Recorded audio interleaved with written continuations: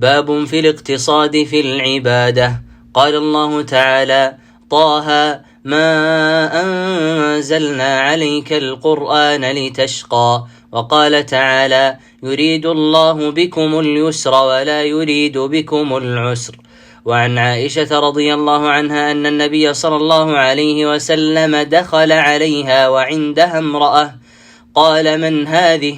قالت: هذه فلانة تذكر من صلاتها.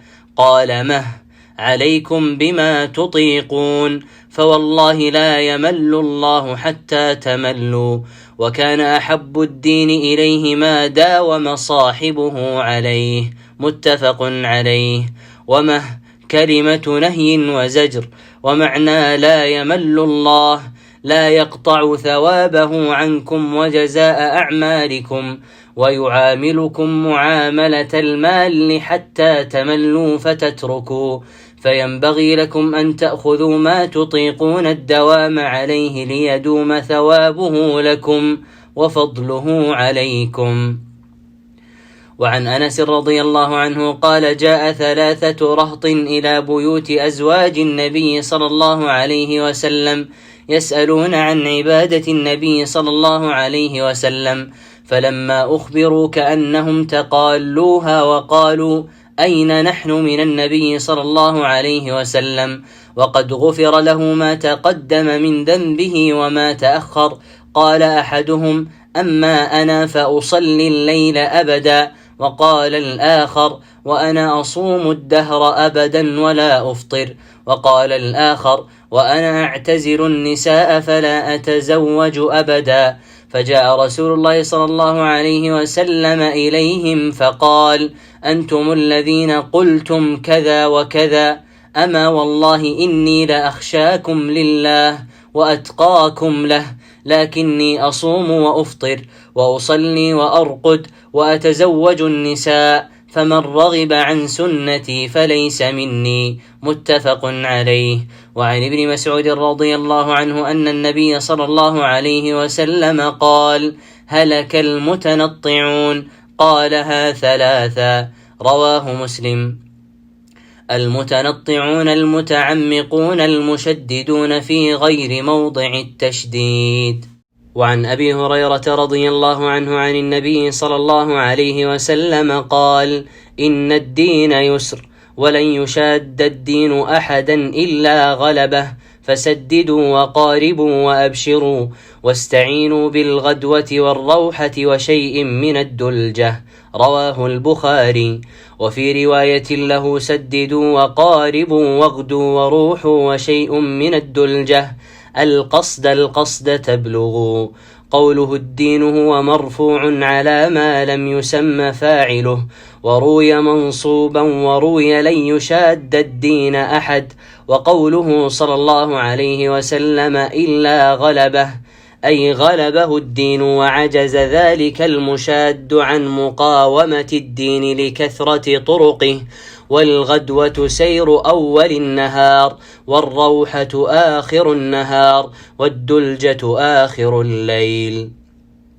وهذا استعارة وتمثيل، ومعناه استعينوا على طاعة الله عز وجل بالأعمال في وقت نشاطكم وفراغ قلوبكم، بحيث تستلذون العبادة ولا تسأمون وتبلغون مقصودكم، كما أن المسافر الحاذق يسير في هذه الأوقات ويستريح هو ودابته في غيرها، فيصل المقصود بغير تعب، والله أعلم. وعن أنس رضي الله عنه قال: دخل النبي صلى الله عليه وسلم المسجد فإذا حبل ممدود بين الساريتين، فقال: ما هذا الحبل؟ قالوا: هذا حبل لزينب، فإذا فترت تعلقت به. فقال النبي صلى الله عليه وسلم: حلوه ليصلي أحدكم نشاطه، فإذا فتر فليرقد. متفق عليه. وعن عائشة رضي الله عنها أن رسول الله صلى الله عليه وسلم قال: إذا نعس أحدكم وهو يصلي فليرقد حتى يذهب عنه النوم، فإن أحدكم إذا صلى وهو ناعس لا يدري لعله يذهب يستغفر فيسب نفسه. متفق عليه. وعن أبي عبد الله جابر بن سمرة رضي الله عنهما قال: كنت أصلي مع النبي صلى الله عليه وسلم الصلوات، فكانت صلاته قصدا وخطبته قصدا. رواه مسلم. قوله قصدا أي بين الطول والقصر. وعن أبي جحيفة وهب بن عبد الله رضي الله عنه قال: آخى النبي صلى الله عليه وسلم بين سلمان وأبي الدرداء، فزار سلمان أبا الدرداء فرأى أم الدرداء متبذلة فقال: ما شأنك؟ قالت: أخوك أبو الدرداء ليس له حاجة في الدنيا. فجاء أبو الدرداء فصنع له طعاما فقال له: كل فإني صائم. قال: ما أنا بآكل حتى تأكل، فأكل. فلما كان الليل ذهب أبو الدرداء يقوم فقال له: نم. فنام ثم ذهب يقوم فقال له: نم. فلما كان من آخر الليل قال سلمان: قم الآن. فصليا جميعا. فقال له سلمان: إن لربك عليك حقا، وإن لنفسك عليك حقا، ولأهلك عليك حقا، فأعط كل ذي حق حقه. فأتى النبي صلى الله عليه وسلم فذكر ذلك له، فقال النبي صلى الله عليه وسلم: صدق سلمان. رواه البخاري. وعن أبي محمد عبد الله بن عمرو بن العاص رضي الله عنهما قال: أخبر النبي صلى الله عليه وسلم أني أقول: والله لأصومن النهار ولأقومن الليل ما عشت. فقال رسول الله صلى الله عليه وسلم: أنت الذي تقول ذلك. فقلت له: قد قلته بأبي أنت وأمي يا رسول الله. قال: فإنك لا تستطيع ذلك، فصم وأفطر ونم وقم، وصم من الشهر 3 أيام، فإن الحسنة ب10 أمثالها، وذلك مثل صيام الدهر. قلت: فإني أطيق أفضل من ذلك. قال: فصم يوما وأفطر يومين. قلت: فإني أطيق أفضل من ذلك. قال: فصم يوما وأفطر يوما، فذلك صيام داود صلى الله عليه وسلم، وهو أعدل الصيام. وفي رواية: هو أفضل الصيام. فقلت: فإني أطيق أفضل من ذلك. فقال رسول الله صلى الله عليه وسلم: لا أفضل من ذلك، ولأن أكون قبلت 3 الأيام التي قال رسول الله صلى الله عليه وسلم: أحب إلي من أهلي ومالي. وفي رواية: ألم أخبر أنك تصوم النهار وتقوم الليل؟ قلت: بلى يا رسول الله. قال: فلا تفعل، صم وأفطر ونم وقم، فإن لجسدك عليك حقا، وإن لعينيك عليك حقا، وإن لزوجك عليك حقا، وإن لزورك عليك حقا، وإن بحسبك أن تصوم في كل شهر 3 أيام، فإن لك بكل حسنة 10 أمثالها، فإن ذلك صيام الدهر. فشددت فشدد علي. قلت: يا رسول الله، إني أجد قوة. قال: صم صيام نبي الله داود ولا تزد عليه. قلت: وما كان صيام داود؟ قال: نصف الدهر. فكان عبد الله يقول بعدما كبر: يا ليتني قبلت رخصة رسول الله صلى الله عليه وسلم. وفي رواية: ألم أخبر أنك تصوم الدهر وتقرأ القرآن كل ليلة؟ فقلت: بلى يا رسول الله، ولم أرد بذلك إلا الخير. قال: فصم صوم نبي الله داود، فإنه كان أعبد الناس، واقرأ القرآن في كل شهر. قلت: يا نبي الله، إني أطيق أفضل من ذلك. قال: فاقرأه في كل 20. قلت: يا نبي الله، إني أطيق أفضل من ذلك. قال: فاقرأه في كل 10. قلت: يا نبي الله، إني أطيق أفضل من ذلك. قال: فاقرأه في كل 7 ولا تزد على ذلك. فشددت فشدد علي. وقال لي النبي صلى الله عليه وسلم: إنك لا تدري، لعلك يطول بك عمر.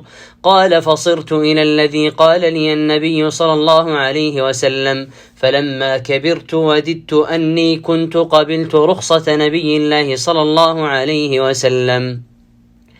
وفي رواية وإن لولدك عليك حقا، وفي رواية لا صام من صام الأبد 3. وفي رواية أحب الصيام إلى الله تعالى صيام داود، وأحب الصلاة إلى الله تعالى صلاة داود، كان ينام نصف الليل ويقوم ثلثه وينام سدسه، وكان يصوم يوما ويفطر يوما ولا يفر إذا لاقى.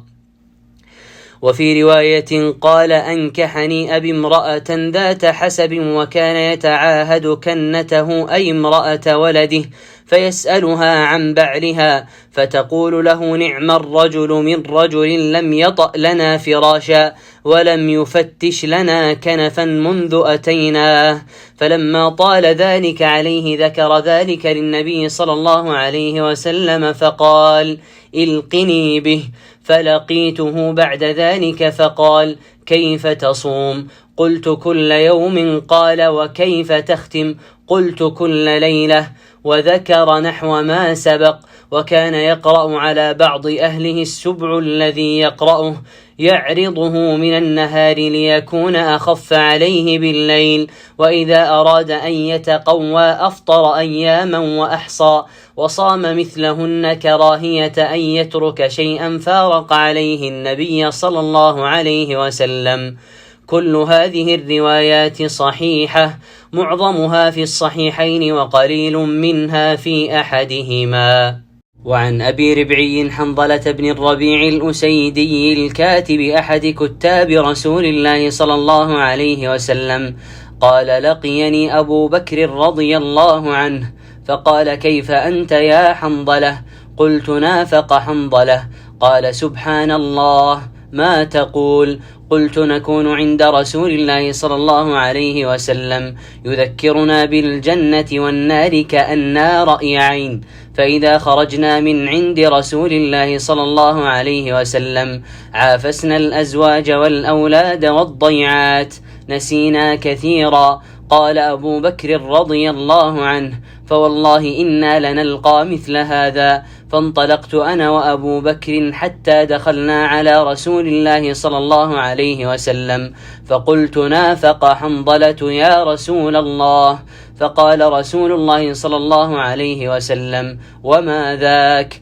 قلت يا رسول الله نكون عندك تذكرنا بالنار والجنة كأننا رأي العين، فإذا خرجنا من عندك عافسنا الأزواج والأولاد والضيعات، نسينا كثيرا. فقال رسول الله صلى الله عليه وسلم والذي نفسي بيده لو تدومون على ما تكونون عندي وفي الذكر لصافحتكم الملائكة على فرشكم وفي طرقكم، لكن يا حنظلة ساعة وساعة 3 مرات.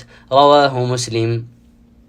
قوله ربعي بكسر الراء والأسيدي بضم الهمزة وفتح السين وبعدها ياء مكسورة مشددة. وقوله عافسنا هو بالعين والسين المهملتين أي عالجنا ولاعبنا. والضيعات المعايش. وعن ابن عباس رضي الله عنهما قال بينما النبي صلى الله عليه وسلم يخطب إذا هو برجل قائم فسأل عنه، فقالوا أبو إسرائيل نذر أن يقوم في الشمس ولا يقعد ولا يستظل ولا يتكلم ويصوم. فقال النبي صلى الله عليه وسلم مره فليتكلم وليستظل وليقعد وليتم صومه. رواه البخاري.